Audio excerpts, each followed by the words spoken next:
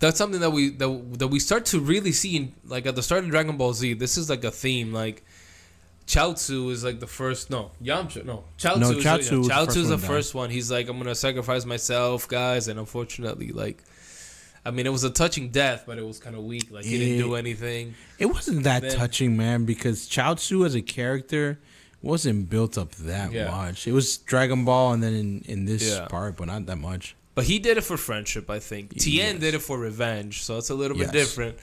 Yamcha died for friendship because he tells Krillin to step aside because he's already died once. He can't be wished back, so he's like, I'm going to take it now for the team. This is why I think Yamcha is unrightfully, dissed as much as people do. Because listen, man, he goes in there, he's like, Krillin, I'm going to go in and fight because I can always be brought back, but you can't. Yamcha That's had a hero, that bro. That is moment. A hero moment, and yet moment. People clown him like crazy. But this is something that we see with Goku. Goku sacrifices himself. Vegeta as well.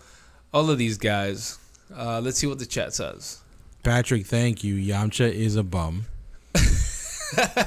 Oh, Matt, thank you. He became a bum. So, no, he even beforehand. So, Matt says that Mr. Popo is a Daijin or a genie. Okay, cool. Thank you for that. Yeah, he's not. I mean, I know that people are like, oh, he's the black guy in Dragon Ball. No. Dude, I love how they depict our boy Toriyama was not racist, guys. I want to echo one of the verses that Hans quoted, and since he made me look it up, I'll transfer it over here, where it says, greater love has no one than this, that one laid down his life for his friend. And this is Jesus speaking to the disciples, and I believe, let's scroll a little bit. This is before he's about to die, right? Oh, yeah. So Jesus considered the disciples his friends, obviously. And I don't know, I feel like, what do you think of friendship versus family? Oh, man. Because I feel like... Well, remember who you're talking to. I used to be Mr. I trust everybody off rip, right? So for me, it's very different. For me, saying friendship, I did use the term loosely, but I did have like a close affinity with people. And it wasn't really until being betrayed by both friends and family and seeing who I want to, really rely on is where I kind of started to understand how they're separate, but how they can blend in with each other.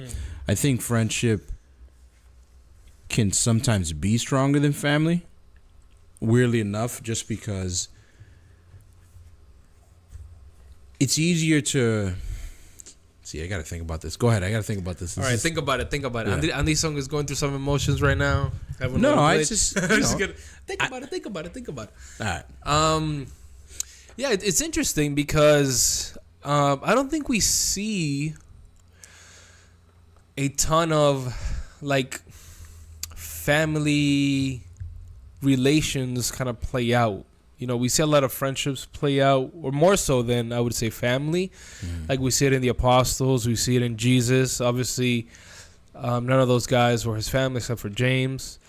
And his mom. And we see also, and actually a lot of his brothers didn't believe. They mocked him and didn't believe him, actually. Yeah, because they're like, yo, bro, we grew up with you. Like, stop it. Yeah, and we see the relationship also between David and Jonathan as well.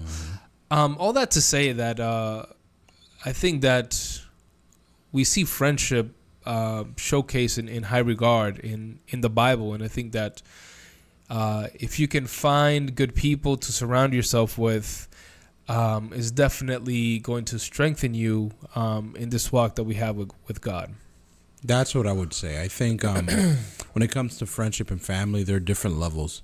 And when you can find the right people that are going to be around you and not just want you to gain something out of it, but just want to be there with you, they can be elevated into like the form of family. Like I have friends that I would definitely say like, no, these guys are part of my family.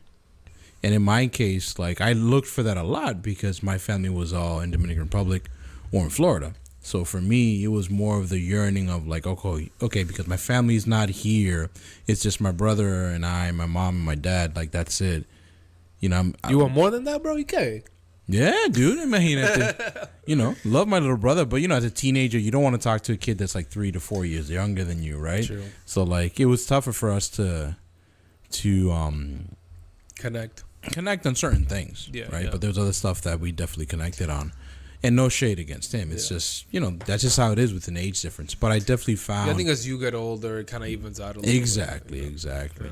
So, as you go through life, when you don't have such a core family around you, a lot of those friends elevate into that. Yeah. Like, I'm having breakfast tomorrow with a really close friend of mine that I could say he's family, and that, we met in middle school and we still kept together in contact after all this time. Like, he's family. Nice. Do you want to read what Patrick said here? Yes.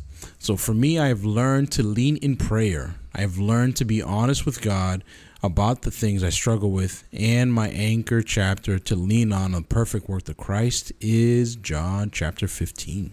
Yo, everybody's on John 15 these days. Bro, John is a great book, man.